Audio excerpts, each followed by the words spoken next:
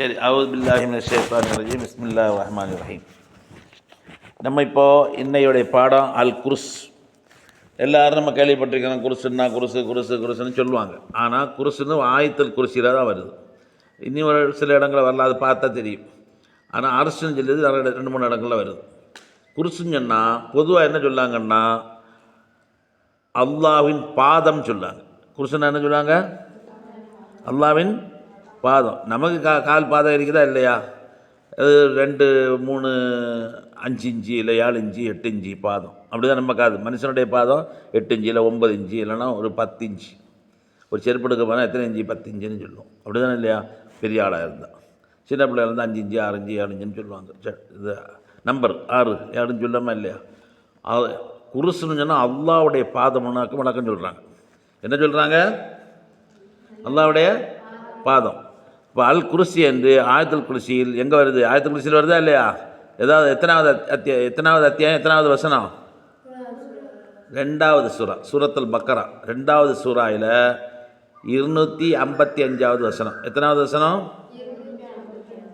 255வது வசனம். அதை நீங்கள் சொன்ன 3வது சொல்லக்கூடிய 3வது ஜுசு. 3வது ஜுசுவில் ஜுசு நமக்கு மேட்டரே இல்லை. ஜுஸை பற்றி இங்கே பேசக்கூடாது. இங்கே அத்தியாயம் தான் பேசணும். ஹாஃபிதுகள் தான் ஜுஸு பேசுவாங்க. நமக்கு 2வது சூரா. என்ன சூரா? சூரத்துல் பக்ரா அல்ல அல் பக்ரா. அல் பக்ரா சூராயில் 255வது வசனம் ஆயத்துல் குர்சி. அப்படி தானே இல்லையா? முதல்ல இந்த குர்சியை பற்றி தான் நம்ம இன்றைக்கி படிக்க போகிறோம். சரியா? சரி, குர்சி என்றால் அவர் சொன்ன மாதிரி, நீ சொன்ன மாதிரி நாற்காலி அல்லது பாத நாற்காலி என்று பொருள். இது நாற்காலின்னு சொல்லுவாங்க, பாத நாற்காலின்னு சொல்லுவாங்க. தெரியாது, எல்லாரும் குருசு அரசுன்னு பொதுவாக சொல்கிறாங்க. அரசுன்னா சொல்லிடலாம் அல்லாஹ்வுடைய சிம்மாசனம். குருசுன்னா என்னப்பா? அதான் தெரியணும். புரியுதா இல்லையா? எனக்கு ரொம்ப நாளாக சமீபத்தில் வரைக்கும் எனக்கு கன்ஃபியூஸ் இல்லை. குருசு அரசுன்னு சொல்லலாம். அரசுன்னா அல்லாஹ்வுடைய அரசு. சரி, குருசுன்னா என்னது? புரியுதா இல்லையா? அப்போ இப்போ நமக்கு தெரிஞ்சாச்சு. குருசுன்னா என்னதும்மா? கவனி, சொல்லுமா. குருசுன்னா அரசு தான் அல்லாஹ்வுடைய சிம்மாசனம்.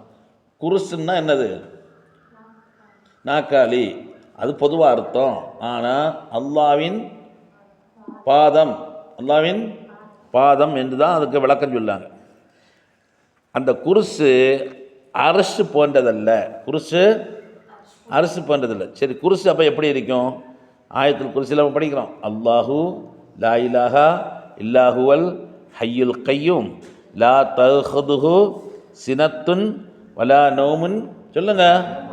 லஹு மாஃபிஸ் ஸமாவாத்தி வமா ஃபில் அர்லி மந்தல்லதி யஷ்ஃபஉ இந்தஹு இல்லா பிஇذனிஹி யஅலமு மா பைன ஐதீஹிம் வமா கல்ஃபஹும் வலா யுஹீதூன பிஷ்ஷைஇம் மின் இல்மிஹி இல்லா பிமா ஷா வசிய குர்சியுஹு ஸமாவாத்தி வல்லர் வலா யஊதுஹு ஹிஃபுதுஹுமா வஹுவல் அலியுல் அலீம். இங்கே வசிய குர்சியுஹு ஸமாவாத்தி. வசிய ரொம்ப அகண்டுட்டுது, ரொம்ப ப்ராடு. இது வசிய என்ன அர்த்தம்? ரொம்ப அகலம். வசிய குர்சியுஹு, அல்லாஹ்வுடைய குர்சி ரொம்ப ப்ராடாக இருக்குமா, ரொம்ப அகலமாக இருக்குமா. எது? அல்லாஹ்வுடைய குர்சி. என்ன அகலம்? வசிய குர்சி சமாவாத்தி வல்லர், வானங்களையும் பூமியையும். அதெல்லாம் அதுக்குள்ளே போயிடுது. எதுக்குள்ளே போயிடுது? குர்சிக்குள்ளே போயிடுது. இப்போ நம்ம இந்த குர்சி, இந்த குர்சியில் இந்த புக்கை தூக்கி வைக்கலாம். அப்படி தானே இல்லையா? அல்லாஹ்வுடைய குர்சியில் என்னத்தை தூக்கி வைக்கலாம்? 7 வானங்களையும் 7 பூமியையும் உலக பிரபஞ்சம் எல்லாத்தையும் தூக்கி உள்ளே போட்டாலும் குர்சி தான் பெருசு. புரியுதா இல்லையா? அது என்னது? அல்லாஹ்வுடைய சேர்ன்னு சொல்லி சும்மா நாற்காலி. அது மட்டும் இல்லை, அல்லாஹ்வுடைய பாதம். நமக்கு பாதத்துக்கு 6 இன்ச்சு 7 இன்ச்சு 8 இன்ச்சு செப்பல் வாங்கினா போதும். 6 இன்ச்சு தான் நம்ம பாதம். அல்லாஹ்வுடைய பாதம் அவ்வளோ. எப்படி அளவு? வானம் பூமி எல்லாமே உள்ளடக்கி இருக்கு. எதுக்குள்ள அடக்கி இருக்குது? குர்சிக்குள்ள. கவனிக்கிறீங்களா? சரி, அவ்வளோ பெருசு தான். நமக்கு கற்பனைக்கு அப்பாற்பட்டது. ஏன்னு சொன்னால் நரகம் இருக்குல்ல, நரகம் குரானே சொல்லுது. ஹல் மின் மசீத். முகத்தை கட்டிட்டு போமா. முகத்தை கழுவிட்டான்னு சொன்னால் கேட்டணும். நான் இல்லை, நீ இல்லை, அவை இல்லை, இவையில்லைன்னு அவளை பார்க்காத, போ முகத்தை கழுவிட்டா. அல்லாவுடைய குர்சி சொன்னால் கேளு, முகத்தை கழுவிட்டாமா, வேலையில் இருக்கு. அல்லாவுடைய நாற்காலியோ அல்லாவுடைய பாதமோ எதையெல்லாம் அடக்கியிருக்கு? எதை அடக்கியிருக்குது? சமாவாத்தி வல்லர், வானங்களையும் பூமியையும் உள்ளடக்கி இருக்குது. வானத்தையும் தாண்டி பூமியையும் தாண்டி இருக்குது. எது? குர்ஸ். புரியுதா இல்லையா? அந்த குர்ஸை பற்றி நம்ம படிச்சுட்டு இருக்கிறோம். குர்சி என்றால் நாற்காலி அல்ல, பாத நாற்காலி என்று பொருள். இது அரசு போன்றதல்ல. குர்சி அல்லாஹ்வின் அரசுக்கு கீழ் இருப்பதாக அறிஞர்கள் கூறுகிறார்கள். மூதறிஞர்கள், பேரறிஞர்கள். அல்லாஹ்வுடைய அரசுக்கு கீழே குர்சி இருக்குதான். அல்லாஹ்வுடைய அரசுக்கு கீழே குர்சி இருக்குதான். நம்ம உதாரணத்தை அப்படி கூட வழங்கிவிடுமே. நம்ம சேரில் இருக்கிறோம், அல்லாஹ் நம்ம கால் எங்கே இருக்கும்? கீழே இருக்கும். அரசில் அல்லாஹ் இருக்கிறான், அல்லாஹ்வுடைய கால் கீழே இருக்கு. இந்த அரசுக்கு கீழே எது இருக்குது? குர்சி இருக்குது. புரியுதா இல்லையா? இப்னு அப்பாஸ் ரலியல்லாஹு சொல்கிறாங்க, நான் நரகத்தை பற்றி சொல்லிட்டு இங்கே வந்துட்டேன். நரகம் இருக்குல்ல, நரகத்தில் நரக மக்களை, நரகத்துக்குரியவர்களை எல்லாம் தூக்கி போடப்படும்போ போட இந்த நரகம் கடைசியாக கேட்குமா, ஹல் மின் மசீத். அல்லாஹ் கேட்பாரான், போதுமா நிறைஞ்சிட்டியான்னு கேட்பாரான். இல்லை இனி இருக்குதான்னு யார் கேட்குமா? யார்கிட்ட கேட்குமா? இப்போது உதாரணம், ஒரு மிருகத்துக்கு, யானைக்கு, மாட்டுக்கு போடக்கூடிய அளவு சாப்பாடு போடக்கூடாது. யானைக்கு எவ்வளோ போடணும்? நிறைய போடணும்.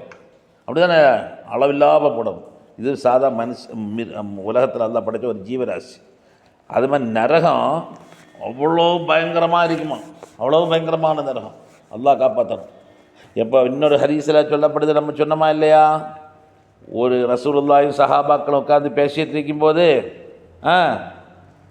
ஒரு சவுண்டு, பயங்கரமான ஒரு சப்தம் கேட்டது. ரசூலுல்லாஹ் கேட்டாங்க, என்ன சத்தம் தெரியுமான்னு. எல்லாம் பயந்துட்டாங்களாம், நடுங்கிட்டாங்களாம், அப்படி அச்சத்தில் இருக்கிறாங்களாம். ஒரு இடி லேசாக அடித்தா கூட பயப்படும், பயங்கரமாக அடித்தா பயங்கரமாக பயப்படும், காதெல்லாம் அப்படி இதாயிரும், பயங்கரமாக இன்னும் சவுண்டாக இருக்குமா அப்படின்னு. நரகத்தில் அங்கே ஒரு கல் விழுந்ததுன்னு ரசூலுல்லாஹ் சொன்னாங்க. விழுந்தது எப்படி விழுந்தது? 70 வருஷத்துக்கு முன்னால் அங்கேருந்து உருண்டு வந்துட்டு இருந்த கல் தான் போய் எங்கே விழுந்தது? நரகத்தில் விழுந்தது. அப்போ எவ்வளோ பெரிய நரகம், அதனுடைய ஆழமும் அகலமும். புரியுதா இல்லையா? இப்போ நம்ம இந்த சாக் பீஸ் இருக்குது உதாரணத்துக்கு, மேலே ஒரு 10 மாடி 100 மாடிக்கு மேலே இருந்து போட்டால் எவ்வளோ நேரத்தில் வந்து விடுவோம்? சின்ன இடத்துக்குனா குறைஞ்சு விடணும், கொஞ்சம் பெரிய இடத்துல கொஞ்சம் லேட் ஆகும். 100 மாடிக்கு மேலே இருந்து போடும்போது இப்படி வந்து டக்குன்னு விழுந்துடும். அப்படி தானே இல்லையா? 100 மாடிக்கு மேலே. அல்லாஹ்வுடைய நரகத்தில் அந்த கல் விழுந்த சப்தம் கேட்டு பயப்படுறாங்கோ. என்ன தெரியுமா கேட்டது சவுண்டு அப்படின்னு கேட்டாங்களா ரசூலுல்லாஹ். சஹாபாக்களுக்கு பயத்தில் நடுங்கி இருக்கிறாங்களாம். இதுதான் 70 வருஷத்துக்கு முன்னால் அந்த கல் அங்கே உருட்டி விட்டது. எங்கே உருட்டி விட்டது? நரகத்தில் மேல் பகுதியில் உருட்டி விட்டது. இப்போ தான் போய் எங்கே விழுந்தது? கவனிம்மா, என்ன எங்கே விழுந்தது? அப்போ எவ்வளோ நேரம் ஆச்சு? 70 வருஷம் ஆகும்னா எவ்வளோ அது பெருசாக இருக்கும்? எவ்வளோம்மா பெருசாக இருக்கும்?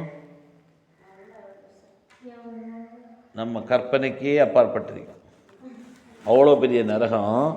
அப்போ அந்த நரகத்தில் அல்லாஹ் என்ன செய்வானா, போதுமான்னு கேட்டு இன்னும் இருக்குதான்னு நரகம் கேட்குமா. இது குரான்லேயே வருது. இன்னும் இருக்குதான்னு குரான்லேயே கேட்கும். ஹல் மின் மசீத், போதுமா, அதிகமாகிடுச்சா, சரியா, ஓகேயான்னு நல்லா கேட்பான்.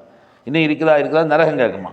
ஆனால் ஹதீஸில் என்ன வருது? இன்னும் இருக்குதான்னு கேட்கும்போது அல்லாஹ் என்ன செய்வானா, தன்னுடைய காலத்துக்கு உள்ள வைப்பாரான். எதுக்குள்ள? அப்போ நிறைஞ்சிட்டேன்னு சொல்லுமா நரகம். அப்போ அந்த காலம் எப்படிப்பட்ட காலம் இருக்கும்? புரியுதா இல்லையா? கவனிங்க,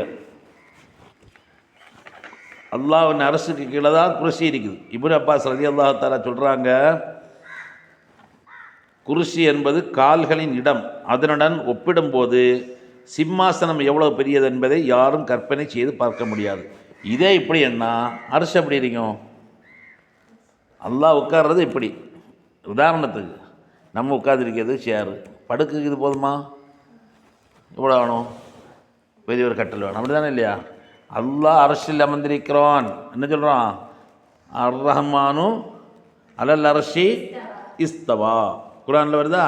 அர் ரஹ்மான், ரஹ்மான் யார்? அல்லாஹ். அலல் அர்ஷி, அரசில் இஸ்தவா, சரியாக இருந்து கொண்டு, அது நமக்கு எப்படி இருந்தால் அதெல்லாம் நமக்கு கற்பனை செய்து முடிக்க முடியாது.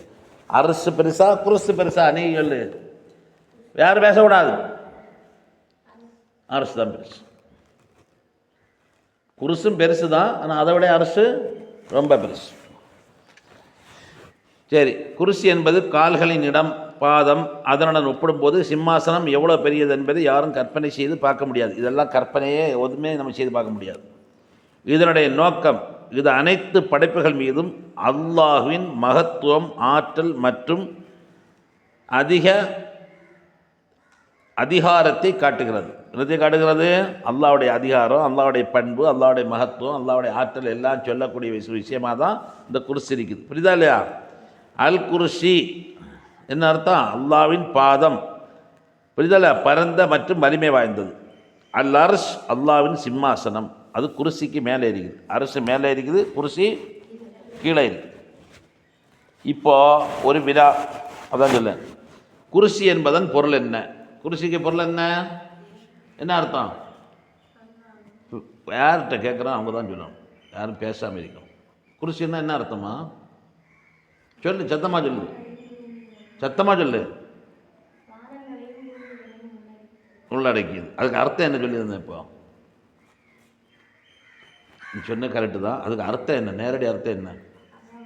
அல்லாஹ்வின் பாதம். சொல்லு, தைரியமாக சொல்லு, பயப்படாது, வெக்கப்படாது. கல்விக்கு வெக்கப்படக்கூடாது, பயப்படக்கூடாது. சரி, அடுத்த ஆள். குர்ஆனில் எந்த சூறாவில் ஆயத்துல் குர்சி குறிப்பிடப்பட்டுள்ளது? எந்த சூறாவில்? நீதான். ரெண்டாவது ஜுஸ்ஸு இல்லை, ரெண்டாவது அத்தியாயம் சூறா. ஜுஸ்ஸுக்கள் இங்கே விளையாட்டே சொல்லல, ஜுஸ்ஸுவே பேசக்கூடாது. புரியுதா இல்லையா? ஜுஸ்ஸு வேணும்னா இங்கே தேடி பார்த்து ஜுஸ்ஸுன்னு கண்டுபிடிங்களே தவிர ஜுஸ்ஸுன்னு இங்கே விஷயமே இங்கே பேசக்கூடாது. அத்தியாயம் தான். எந்த பாடம்? எத்தனாவது பாடம்? மொத்தம் எத்தனை பாடம் இருக்கு குர்ஆனில்? மொத்தம் எத்தனை பாடம்? நீ தான் சொல்லு. குர்ஆனில் எத்தனை அத்தியாயமாக இருக்கு? குர்ஆனில் எத்தனை அத்தியாயங்கள் இருக்கிறது? அத்தியாயங்கள்னா பாடங்கள் இருக்கிறது. ஆமாம், எத்தனை சூறா இருக்குது? சூறாங்கிறது அரபி வார்த்தை, பாடங்கள்ங்கிறது தமிழ் வார்த்தை, இல்லை அத்தியாயங்கள்ங்கிறது சுத்த தமிழ் வார்த்தை. 114 அத்தியாயங்கள் இருக்குது. அப்படி தானே இல்லையா? பெருசும் சிறுசுமாக 114 அத்தியாயங்கள் இருக்கிறது. சரி, அதில் மொத்த ஆயத்து தான் நீ சொல்ல மாதிரி வசனங்கள் தான் 6666 அப்படின்னு சொல்லப்படுது. புரியுதா இல்லையா? அது ரெண்டாவது சூறாவில் எத்தனாவது வசனம் சொன்னோம்? எத்தனாவது அத்தியாயத்தில் எத்தனாவது வசனம்? 255. சரியா? ஏன்னா நம்ம அப்படி ஞாபகத்துக்கு வரணும். இப்படி கேட்டு இப்படி மறந்துடுவோம். டக்குன்னு சொன்னால் ஆயத்து குர்சி எங்கன்னா உண்மையிலேயே ஆயத்து குர்சி எங்கன்னா எத்தனாவது இதில் நம்ம தெரியாமல் இருந்தது ஒரு டைமில் எல்லாம். இப்போ அந்த வசனத்தையும் சேர்த்து சொல்லும்போது 255 டக்குன்னு தேடிடலாம். புரியுதல்ல? 255வது வசனம். சரி, குர்சி என்பது எவ்வளவு தூரம் நீளம் உள்ளது? நீ தான் சொல்லணும். நீ தான் கூடுதலாக படிக்க வந்திருக்கிறா பள்ளிக்கூடத்தை விட்டுட்டு. குர்சியுடைய நீளம் என்ன? சொல்லு, சத்தமாக சொல்லு. அதான் நீ சொன்ன கேள்வி பதில் தான். வானங்களையும் மற்றும் பூமியின் மீது உள்ளடக்கி இருக்கிறது. அடுத்த ஆள் சொல்லு. இப்னு அப்பாஸ் ரலியல்லாஹு தஆலாவுடைய கூற்றுப்படி குர்சி என்றால் என்ன? அவங்க என்ன சொல்கிறாங்க? குர்சி என்ன? அல்லாஹ்வின் பாதம். வெரி குட், மாஷா அல்லாஹ், சூப்பர். அப்போது குர்சியை பற்றி படிச்சுட்டு இருக்கிறோம். குர்சியின் மகத்துவமும் அல்லாஹை பற்றி நமக்கு என்ன நினைவூட்டுகிறது? குர்சின்னு சொல்லுவோமே, அதை பற்றி சொல்லும்போது நமக்கு என்ன நினைவு வருது? சொல்லுங்கள், உங்களுக்கு தெரிஞ்சதை. அனைத்து படைப்புகளின் மீதும் அவனுடைய முழுமையான சக்தி, அதிகாரம் மற்றும் மகத்துவம். அனைத்து படைப்புகளை ஃபுல்லாக அல்லாஹ்வுடைய அதிகாரத்தில் கீழே இருக்குது. அப்படி தானே இல்லையா? சரி, இப்போ குர்ஸை பற்றி படிச்சிருக்கிறோம். அப்படி தானே இல்லையா? இந்த குர்ஸை சேர்ந்து அரசியல் சேர்ந்து படிக்கும்போது எல்லாம் சரியாக வந்துடும். இப்படியே இப்போ அரசுக்கு வருவோம். அரசு எங்கே இருக்கு? வானத்தில் இருக்குதா? எல்லாமே வானத்தை பற்றி தான் இருக்குது. வானத்தில் இருக்கிறத பற்றி தான் சொல்கிறோம். சொர்க்கத்தில் இருக்கு அரசு. குர்சு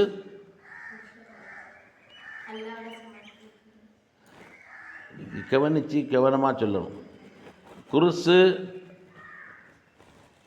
இது எல்லாமே 7 வானத்துக்கு மேலே தான் இருக்குது. எல்லாமே 7 வானத்துக்கு மேலே முதல்ல குருசு இருக்குது, அதுக்கு மேலே அரசு. புரியுதா இல்லையா? அப்போ அரசு சொர்க்கத்தின் மேல் பகுதி தான் அரசு, சொர்க்கத்தின் மேல் பகுதி தான், அது கீழே தான் என்னது இருக்குது, குருசு இருக்குது. நல்லா தெரிஞ்சுக்கிடுங்க. அந்த அரசு இது அல்லாஹ்வின் படைப்புகளில் மிகப்பெரிய படைப்புகள் ஒன்றாக குர்ஆனிலும் ஹதீஸிலும் குறிப்பிடப்பட்டுள்ளது. எதை பற்றி? அரசை பற்றி. அல்லாஹ்வுடைய படைப்பில் மிக பிரமாண்டமான மிகப்பெரிய படைப்பே அதுதான், அரசு தான். அரசு ஐனு ரே ஷீன் அரசு. என்னது? ஐனு ரே ஷீன் அரசு. இது அல்லாஹ்வின் படைப்புகளில் மிகப்பெரிய படைப்புகள் ஒன்றாக குர்ஆனிலும் ஹதீஸிலும் குறிப்பிடப்பட்டுள்ளது. குருசே எல்லா வானத்தையும் பூமியையும் உள்ளடக்கியிருக்கு, எல்லா வானத்தையும் பூமியையும் உள்ளடக்கியிருக்கு. அது அரசு மிக மிக பிரம்மாண்டம். அப்படி தானே? சரி, அரசையும் குருசையும் தான் படிச்சுட்டே இருக்கிறோம் இப்போ இந்த பாடம்.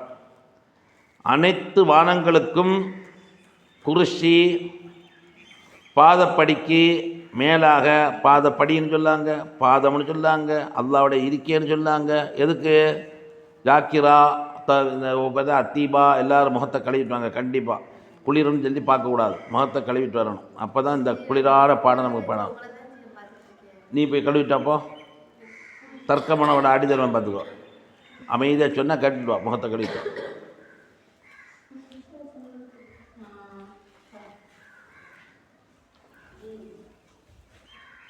என்ன நீ உனக்கு வேலையை பாருடி.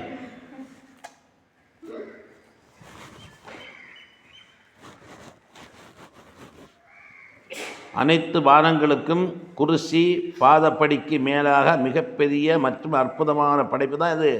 எது? அரசு. குருசியே நம்ம கற்பாட்பட்டது. 7 வானத்தையும் பூமியை உள்ளாடு. 7 வானம்னா எங்கே இருக்குது, 7 பூமின்னு அங்கே இருக்குது. இந்த உலக பிரபஞ்சம் எல்லாம் கம்ப்ளீட் எதுக்குள்ளே வந்துடுது, குருசிக்குள்ளே வருது. அதையும் தாண்டினதான் என்னது? அரசு. சரி, அந்த அரசை பற்றி சொல்லும்போது இது 7 வானங்களுக்கு மேலே உள்ளது. அதற்கு மேலே அல்லாஹ் அவன் தனது படைப்பிலிருந்து தனித்தனியாக இருக்கின்றான். அரசு அதான் அர் ரஹ்மானு அல் அரசி இஸ்தவான்னு சொல்லி முடிச்சிடும். அல்லாஹ் அரசில் இருக்கிறான். அப்படிதானே இல்லையா? அது 7 வானங்களுக்கு மேலே அரசு இருக்குது, அங்கே அரசில் இருக்கிறான்னு சொல்லிட்டு.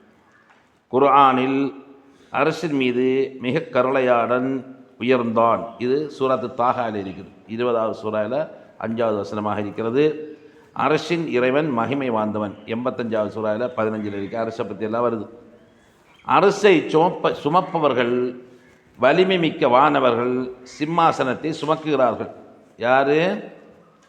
வலிமை மிக்க வானவர்கள். வானவர்கள் யார்? மலக்குமார்கள். அரசை சுமந்துட்டு வருவாங்களாம். நியாய தீர்ப்பு நாளில் அதை 8 வானவர்கள் சுமப்பார்கள். நியாய தீர்ப்பு நாள் இருக்குதா இல்லையா? அதை இப்போ சாதா மனுஷனை சுமப்பாங்கல்ல, பல்லாக்கில் வச்சு எல்லாம் மன்னரெல்லாம் சுமப்பாங்க. மனுஷனை சுமக்குது. ஆனால் அல்லாஹ்வுடைய இது இருக்குல்ல, அரசை எத்தனை பேர் சுமப்பாங்களாம்? 8. இவ்வளோ பெரிய அரசை 8 வானவர்கள் சுமப்பாங்களான்னு கேட்டால் அல்லாஹ் அவங்களுக்கு சக்தியை கொடுத்துருக்கிறான். மலக்குமான்னு சொன்னாலே ஒளியினால் படைக்கப்பட்டவங்க, அவங்க எந்த இடத்துலையும் உள்புகுந்து வர முடியும், அவங்களுக்கு பிரத்யேகமான பலங்களை கொடுத்துருக்கிறான். ஆனால் அல்லாஹ்வுடைய அரசை 8 வானவர்கள். எத்தனை வானவர்கள்? ஜிப்ரீல் அவருடைய இதே உண்மையான தோற்றத்தை பார்க்கும்போது வானத்துக்கு மேலேயும் பூமிக்குள்ளே இருப்பாராம். எத்தனை இறக்கை? 600 இறக்கைகள் சொன்னால் அப்படி விரிச்சா எப்படி இருக்கும்? அப்படி உள்ளவங்கள மாதிரி அல்லாஹ் தஆலா 8 வானவர்கள் வைத்து இதை அரசை இழுத்து சுமந்து வருவார்களாம். புரியுதா இல்லையா? அல்லாஹ் குர்ஆனில் சொல்லலாம். 69வது சூறாவில் 17வது வசனமாக சொல்லுதான். சரியா?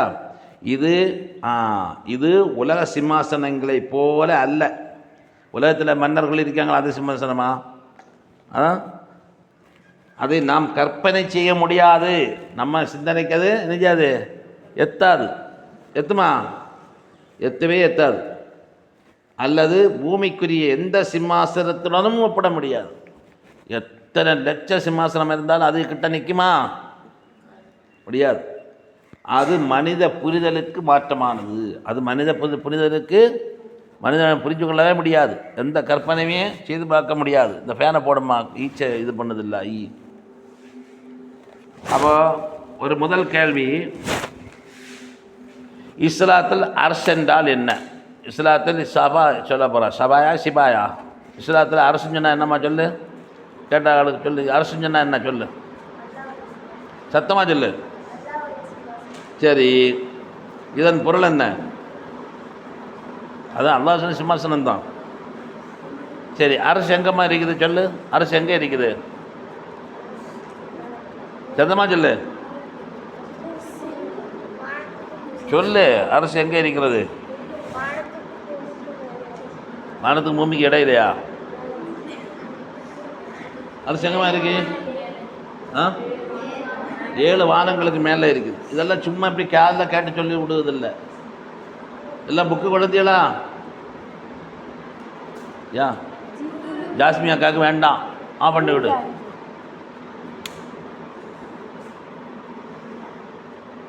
சரி,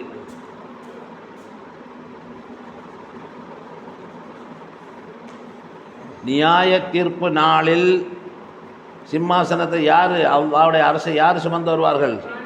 எத்தனை வானவர்கள்? 8 வானவர்கள் சிம்மாசனத்தை சுமந்து வருவார்கள். சாதா வானவர்கள் அல்ல, வலிமை மிகுந்த பலமிக்க வானவர்கள் 8 பேர் சுமந்து வருவாங்க. எது பெரியது எது சிறியது? யார் நீ சொல்லுமா, உறங்கி சொல்லு. எது பெருசு எது சிறுசு? Very good. அரசு பெருசு, குருசி சிறுசு. சரி, அதாவது குருசியை விட அரசு பெருசு அப்படி சொல்லணும், அப்படி தானே இல்லையா? அப்படி தானே? சரி, அல்லாவின் சிம்மாசனம் உலக சிம்மாசனங்களை போன்றதா? இல்லை. அது நினைச்சே பார்க்க முடியாது. மடுவுக்கும் மலைக்கும் உள்ள வித்தியாசம். மடுவுக்கும் கற்பனைக்கு அப்பாற்பட்டது. நீ கற்பனை பண்ணி சொல்லு.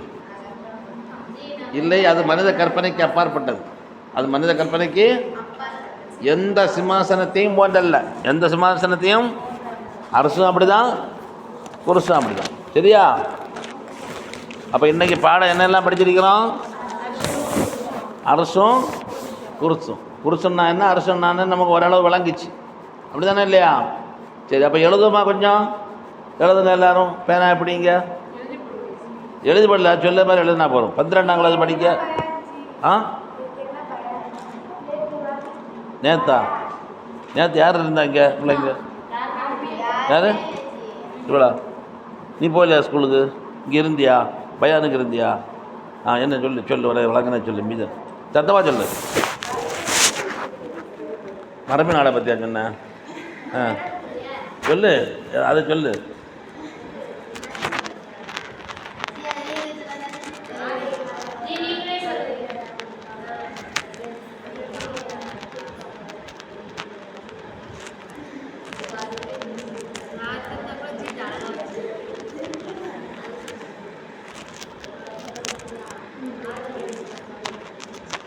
ஆதம் அலைஹிஸ்ஸலாம்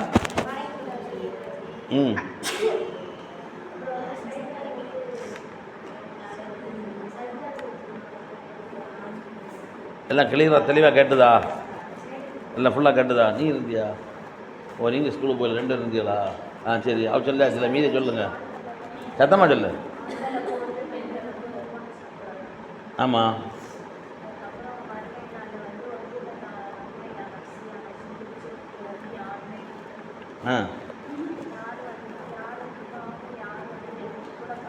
சரி. அந்த தலைப்பு என்ன? மரமையெல்லாம் சொன்ன அது தலைப்பு என்ன? பாவத்தின் பரிகாரம். தலைப்பு அதுதான், பாவத்தின் பரிகாரம். பாவம் செய்து, அதாவது உலகத்தில் நேற்றுள்ள பயன் கட்டால் உறங்கி கீழே விழுந்துட்டுது, எழுப்பி விடு. இப்போ நான் பாடத்தை எழுதுங்கன்னு சொன்னால் பயானை கேட்டா அதே அதெல்லாம் சொன்னதெல்லாம் உண்மைதான். அந்த சப்ஜெக்ட் என்ன அப்படின்னா பாவத்தின் பரிகாரம். பாவம் பாவம் பாவம்னு சொன்னால் ஆதம் அலைஹிஸ்ஸலாத்தை படைத்த நேரத்தில் இருந்து அல்லாஹ் அங்கே மறதி ஏற்படுத்திட்டான், அப்படிதானே இல்லையா? மறதி அது ஒரு சின்ன குற்றம்தான்.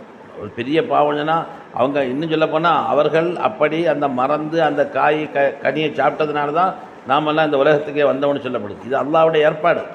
நாக்கு அப்படிலாம் பண்ணாத, அல்லாஹ்வுடைய ஏற்பாடு. அப்போது அப்படியே அதில் ஆரம்பித்து மறுமையுடைய நிகழ்ச்சி.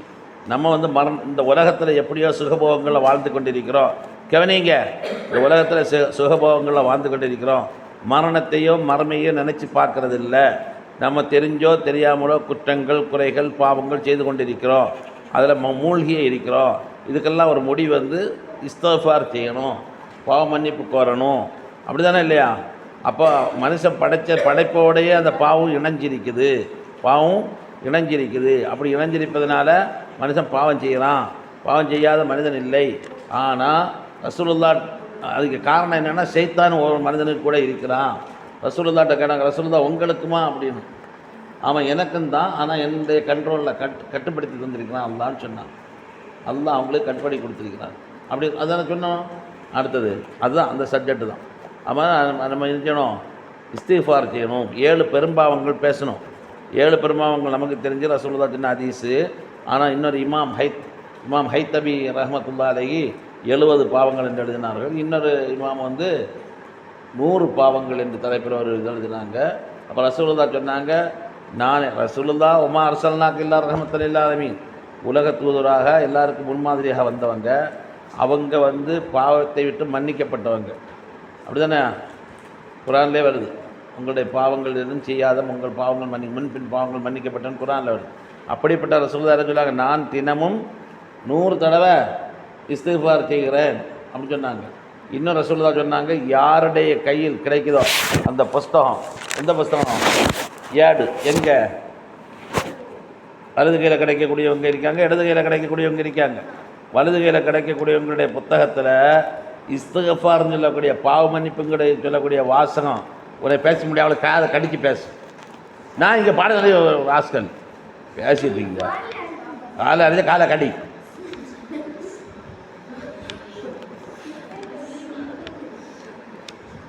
ஒரு சிரிப்பு ஒரு இது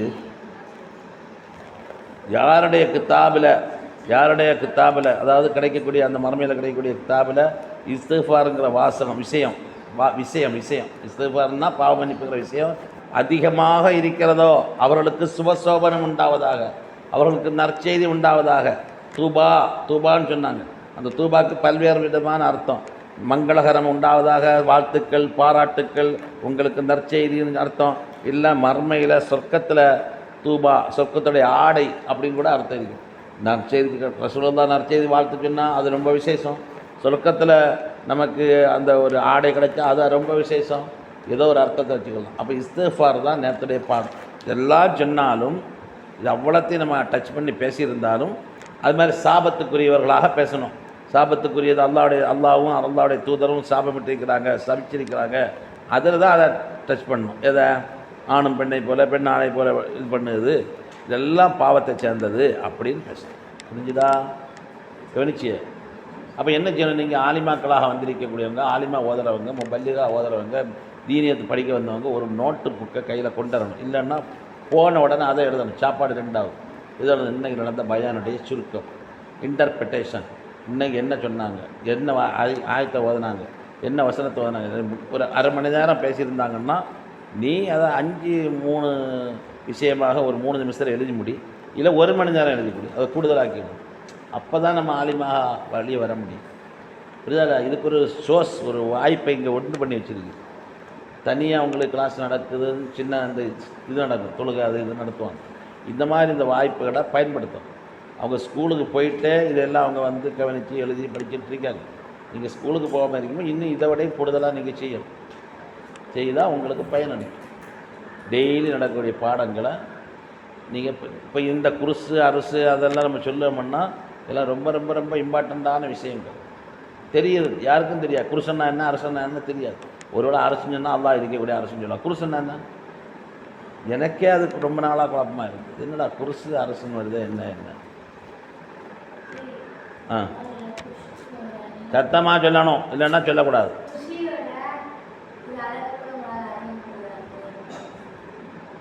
என்ன சொன்னா?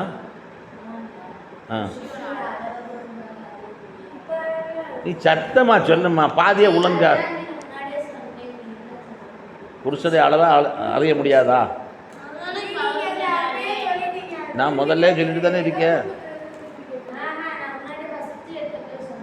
சரி, அதுக்கு இப்போ என்ன? என்னது இல்லைன்னு நான் இல்லைன்னு சொன்னா? கற்பனைக்கு அப்பாற்பட்டது, சிந்திக்க முடியாது. நம்ம அது யாரும் அது அல்லாஹ்வுடைய விஷயங்களெல்லாம், அந்த மரமை சார்ந்த விஷயங்கள் அங்கே இருக்கிறதெல்லாம் யாரும் பார்த்தாங்களா? நம்ம எந்த கண்ணும் பார்க்கல, எந்த காதும் கேட்கல, எந்த கற்பனைக்கும் அப்பாற்பட்டதுன்னு சொல்லணும். சொர்க்கமும் அப்படி தான், நரகமும் அப்படி தான், அர்ஷ் அப்படி தான், மஹ்ஷர் மைதானம் அப்படி தான். ஒரு மேலெழுந்த வாரியாக ரசூலுல்லாஹ் சொல்லியிருக்கிறாங்க, நம்ம அதை பின்பற்றணும். அல்லாஹ் சொல்ல பின்பற்றி போயிட்டுருக்கணும். நம்ம கற்பனைக்கு அப்பாற்பட்டது, அவ்வளோதான். இப்போ இன்றைக்கி அரசு குறித்து நீங்கள் ரெண்டு பேரும் படிச்சிருக்கீங்க ஓரளவு. அது நீங்கள் தான் விளக்கமாக எழுதணும், இல்லைன்னா அங்கே போயே எழுதணும், இல்லைன்னா இங்கே எழுதணும். ஏன்னா அதான் நேரத்தில் பயானு சுருக்கமாக சொல்லியாச்சு. வேறு எழுதுறீங்களா? சரி எழுதுங்க. அவுது பில்லாஹி மினஷ் திருத்த உனக்கா? சரி திருத்தம். திருத்தண்டா என்ன நேற்று ஸ்டடியில் கொண்டு வந்து காட்டியிருந்தாலும் திருத்திட்டு. சரி திருத்தல, அதனால ஒன்றும் இல்லை, இருக்குல்ல. ஓகே. அல் குர்சி எழுதுங்க. பிஸ்மில்லாஹிர் ரஹ்மானிர் ரஹீம். அல் குர்சின்னா என்னது? இது ஒவ்வொரு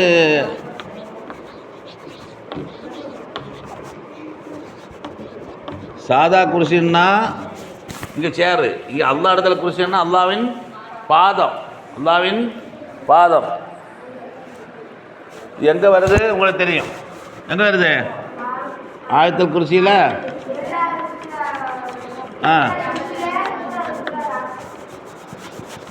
ரெண்டாவது ஜுஸ்வா, ரெண்டாவது சூறாவில் 255வது வசனம் எழுதுங்க.